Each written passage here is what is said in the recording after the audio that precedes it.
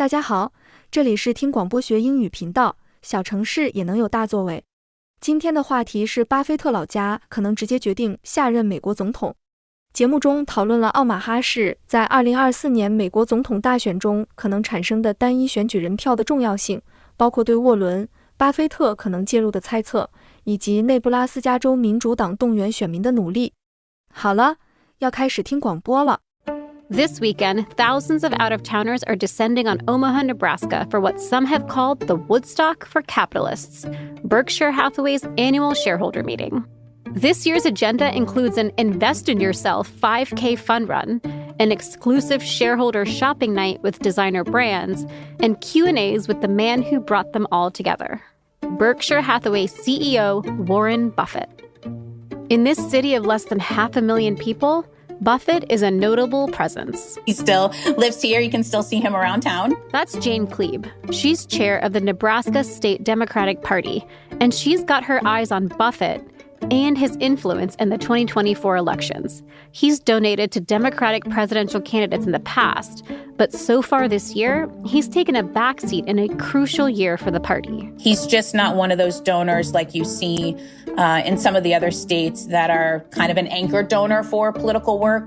All of this excitement around Omaha, around Nebraska, around Buffett is coming at a time when Buffett's district could be a deciding one in the race between Joe Biden and Donald Trump. 270 electoral college votes. It's hard to think of one really mattering all that much, but there's a very real scenario where this comes down to a pretty thin election.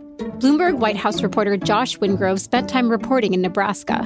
He told Biden and Donald Trump. 270 electoral college votes. It's hard to think of one really mattering all that much, but there's a very real scenario where this comes down to a pretty thin election. Bloomberg White House reporter Josh Wingrove spent time reporting in Nebraska. He told me that a weird quirk in the electoral college system has got a lot of eyes on Nebraska's largest city this year. There's a scenario where he's going to need this Omaha vote if he wants to stay president. Today on the show, we zoom in on Omaha, the Midwestern city that could have an outsized impact on the 2024 race.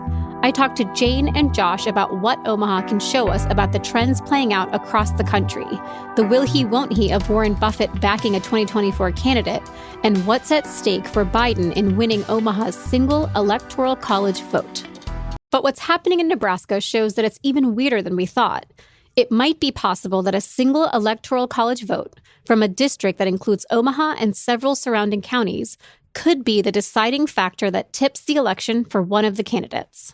Back in the early 90s, Nebraska changed its rules. Bloomberg White House reporter Josh Wingrove told me that 48 states have the same way of divvying up their electoral college votes. Winner take all, right? Joe Biden beats Donald Trump by one vote in Pennsylvania. Joe Biden gets Pennsylvania's votes. End of story.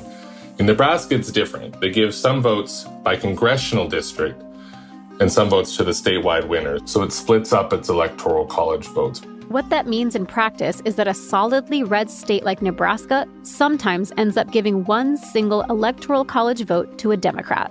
The battleground is the district around Omaha, the second congressional district. They call be different.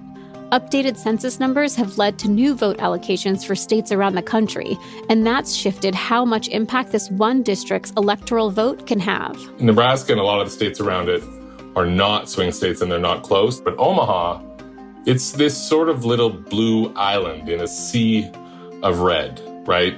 So it could really make a difference if Biden wins Michigan, Pennsylvania, Wisconsin, but does poorly in the Sun Belt in the South.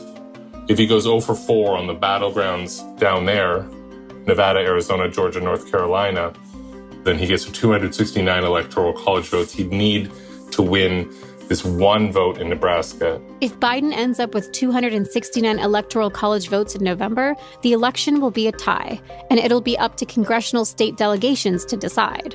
269 to 269 would almost surely mean Trump becomes president. But a blue vote in Omaha could get Biden to 270. 270 electoral college votes. It's hard to think of one really mattering all that much, but there's a very real scenario where this comes down to a pretty thin election. And Josh, where is the GOP in all of this? What is the Republican Party doing to make sure that Joe Biden doesn't snag this one crucial electoral college vote in Omaha? We've seen Republicans push to change the rules. About a month ago, Charlie Kirk, this prominent conservative influencer, out of nowhere, really took up a campaign to advocate for a bill that had stalled, encouraging changing the rules so that this one district couldn't swing both ways. So the statewide winner got all 5 votes. And that would almost surely be Donald Trump. Here's Kirk on his podcast, The Charlie Kirk Show, firing up listeners to support the bill. Nebraska, why have you not fixed this? We need a grassroots movement to get this completed. And it went national so quick. Trump seized onto it. The Republicans signed onto it. And suddenly Nebraska was sitting there thinking, in a matter of days, if hours even, are we going to change the rules or not? But that bill was introduced near the end of the legislative session in April. And it kind of fizzled, but hasn't died entirely. And what I mean by that is they didn't change it in time. But right now, the question is, will the governor call a special session if he has enough votes? It doesn't seem like he has enough votes right now, but if that changes, they could still try to change this at the 11th hour. And that would potentially really change the math overall. And this maneuvering to change the rules certainly suggests that Republicans aren't overly confident that Trump can just win this district outright. But Trump isn't the only one with problems reaching Omaha voters. Biden's campaign has reason to worry, too. And Democrats on the ground in Nebraska, like State Party Chair Jane Kleeb, have their work cut out for them. If you look at the different scenarios and what we all expect is going to be a very razor-thin election, Omaha, or we lovingly call it Jomaha, could be the difference maker. The 2nd congressional district is really a snapshot of America. Jane Kleeb, chair of the Nebraska Democratic Party, spends her days talking to voters, trying to understand just what makes them tick and how the Democratic Party can best reach them. At the federal level, Omaha is the one place in the state where her party has a real shot at influencing presidential elections. Nebraska Democratic Party spends her days talking to voters, trying to understand just what makes them tick and how the Democratic Party can best reach them. At the federal level, Omaha is the one place in the state where her party has a real shot at influencing presidential elections. You have a pretty equal distribution of Republicans and Democrats and independents. You have suburban, urban, and rural in this district. I think when people think of Nebraska, they think maybe corn, football, and cattle. And we have a lot of that. We're very proud of all 3 of those. But we're also a really growing diverse state. A lot of Latino families call Nebraska their home. Biden has struggled with Latino voters in nationwide polls.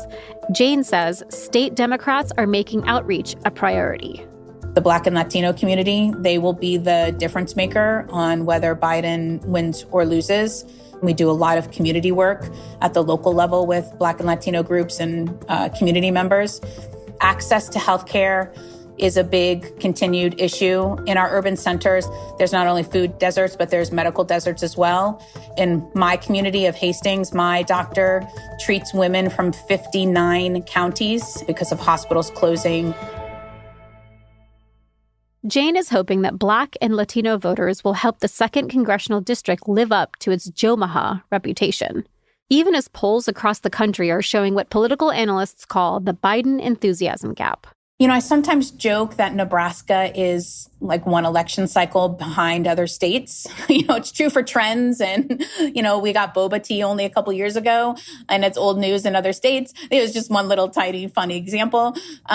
So there's enthusiasm for Joe Biden. There's, I think, deep connection, like emotional connection to him. And, Trump was bad for ag markets. He was not great for the Fortune 500 companies in our state. And so I think you're seeing voters continue to say that they're going to be with Joe Biden. Bloomberg reporter Josh Wingrove says there's something to this. State Republicans are divided about the vision for their party in a place like Omaha and just how Trump-forward their messaging should lean. Democrats, he says, are more aligned. Democrats are fired up there. What they are trying to do, and what Democrats across the country are trying to do, is give people reasons to vote, even if they're on the fence about Joe Biden, even if they're worried about his age. That means getting issues on the ballot that they think will drive people to the polls and to vote Democrat. We're focusing a lot on young voters and connecting with young voters on the issues they care about, from reproductive rights, legalizing marijuana, climate change, making sure that our North and South Omaha voters, those are our Black and Latino voters and union voters, that they continue to know not only the accomplishments of Biden and Harris, but what's at risk for them and their families in another Trump administration. Of those key ballot issues, Nebraska Democrats are leaning on abortion specifically. They're working to get an initiative enshrining the right to abortion on the ballot, but Republicans haven't let that happen so easily. There's now a proxy war taking shape over the question of abortion in Nebraska. You kind of wonder whether we're going to see this in other states, where anti-abortion groups are fighting to get their own measure on the ballot. And as of now, that initiative has precisely one reported donor, Pete Ricketts. Ricketts is a Republican senator, a businessman, and a mega donor for his own party. With one $500,000 check, he was able to get this abortion initiative on the ballot. It's proof that money can make a difference when it comes to reaching voters and to pushing issues that drive votes. And it's a warning sign to Nebraska Democrats who aren't able to count on the billionaire in their backyard, Warren Buffett. Right now, it's not Democrats who have a rich benefactor. It's Republicans. Democrats are saying they love Buffett. Everyone seems to love Buffett in Omaha. But they sort of laugh when you ask about it and say they wish they could count on sort of this stream of Buffett money to be able to campaign on. You know, Warren Buffett is an icon. And so anytime he gets involved, it's a plus for whatever he's getting involved in. So I do hope that he shows up on stage with Joe Biden. But I think Warren Buffett has been clear that for business purposes, it's always smarter to stay focused on his business. And that's traditionally what he does. Buffett taking a back seat can have ripple effects down the Democratic ballot. Josh spoke to a Democratic candidate, Preston Love, who's challenging the Republican mega donor, Pete Ricketts, for his Senate seat. Love is Nebraska's first major party Black Senate candidate. He believes his campaign could bring more Black voters to the polls, who might just cast their votes for other down-ballot Democrats and for Biden. But he warned Josh, that won't happen without more money. He has not gotten funded by the National Democratic Senate campaign, and that Buffett's people also turned him down. And he's saying he doesn't have enough cash, and that if he doesn't get more cash, there's a risk that Black voter turnout in North Omaha will be lower, and that it'll hurt both Biden and the House district race. Reaching Democrats on the ground and getting them to the polls for down-ballot races, that could be an important strategy for Biden.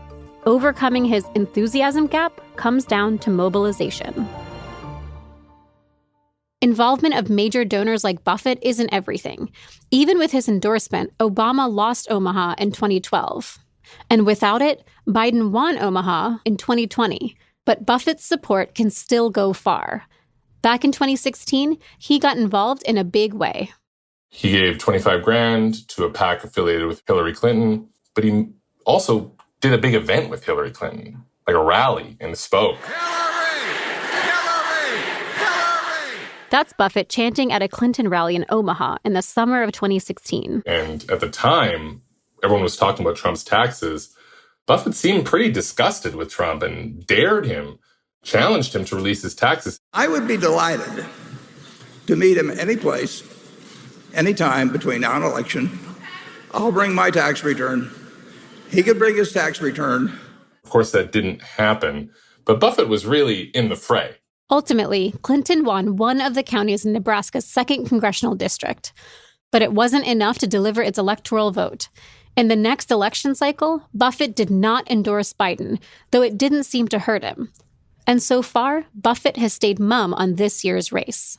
Buffett has kind of been winding down since Trump won his first election. Part of that is that he has said that he thinks we're simply in too polarized a time. And he's talked about a concern of backlash, that if he takes a position one way or another, not necessarily that it would hurt him, but it would hurt Berkshire Hathaway. It would hurt the shareholders of his company and even the employees if they had to lay people off if they were the subject of some sort of boycott campaign. In a statement to Bloomberg News, Buffett said that either Biden or Trump could win his district. And the Biden campaign is declining comment. They don't want to really engage in it, and I can see why. I mean, there's just no indication that Buffett feels the same way about Biden as he did about Clinton. What we do know is two things. Warren Buffett donating is a signal to people one way or the other. It's also true that these ballot initiative campaigns generally need money. If Buffett decided to engage in that, he could have a pretty big impact. Buffett is in his 90s. It's possible he's hung up his political spending cap. But Jane says the party hasn't given up hope for his involvement and for a possible electoral college win for Biden in Omaha.